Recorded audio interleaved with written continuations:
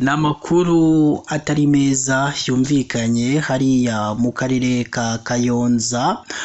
N'amakuru yagiye agarukwaho n'abantu benshi cyane bagiye batandukanye, bose batuye akarere ka Kayonza ndetse n'abagendera kano karere ka Kayonza. Murabizi rero ko akarere ka Kayonza gaherereye mu ntara y'Iburasirazuba. Ni ibintu rero byumvikanye bitari byiza, aho umwana w'imyaka 7 yatangiye kurya aryamana n'abagabo 10 ku munsi.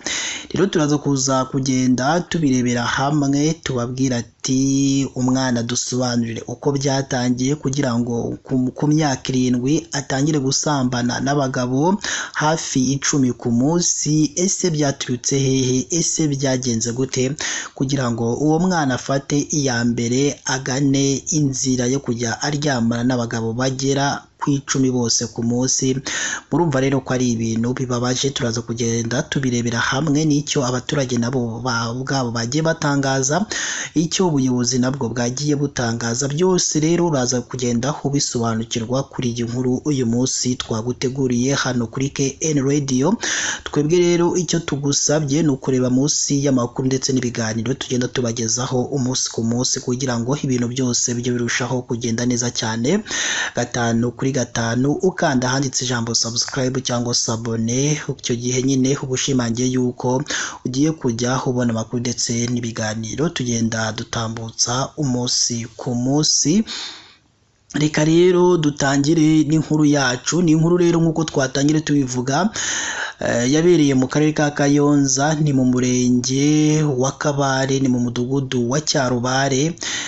Iyi nkuru rero ihari nta yindi ni y'umwana ukiri mutonya cyane, uvuga ko yatangiye umwuga w'uburaya afite imyaka 7 ngo ku munsi akaryamana n'abagabo 10, none ubu ngubu akaba afite imyaka 14. Murumva ko uwo mwuga w'uburaya ahumazemo imyaka hafi ikabakaba 7 ku munsi aryamana n'abagabo 10 ngo kandi iyo byagenze neza nyine ko bagabo 10 nibo baryamana ku munsi. Nukuri birababaje kandi biteye n'agahinda kumva uyu mwana ukiri mutonya ku munsi aryamana n'abagabo 10. Umva ikiganiro gito twagiranye n'uyu mwana uryamana n'abagabo 10 ku munsi, ndetse kandi turaza kuza gukomerezaho n'icyo abaturage batangaje bose batuye muri ako gace uyu mwana atuyemo.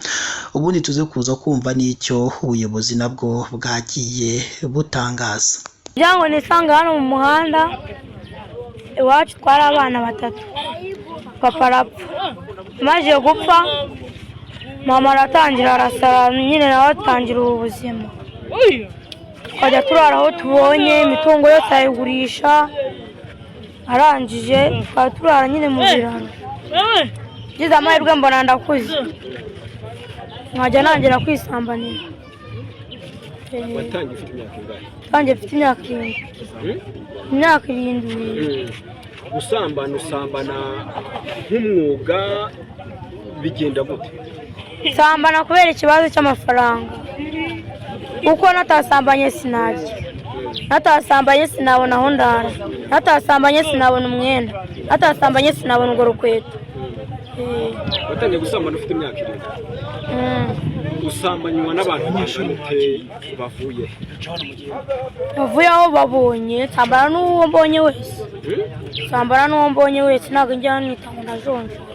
Icyo witaho n'amafaranga. Ucangahe? Yeca amafaranga 5. Umuntu umwe?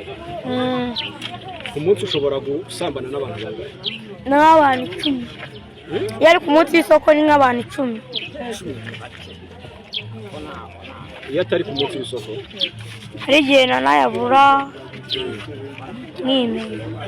Ni inkuru rero irimo iragenda ibabaza abantu bose bagiye batandukanye. Ni inkuru kandi yanagarutsweho n'umunyamabanga nshingwabikorwa w'umurenge wa Kabare Bwana Kagabo Jean Paul, aho yavuze ko nubwo aka gace ka Cyarubare karangwamo n'uburaya bukabije ko gusa benshi baza baturutse ahandi, gusa iyo bagize uwo bafata bamuha imirimo yo gukora ku bufatanye no mu bufatanyabikorwa.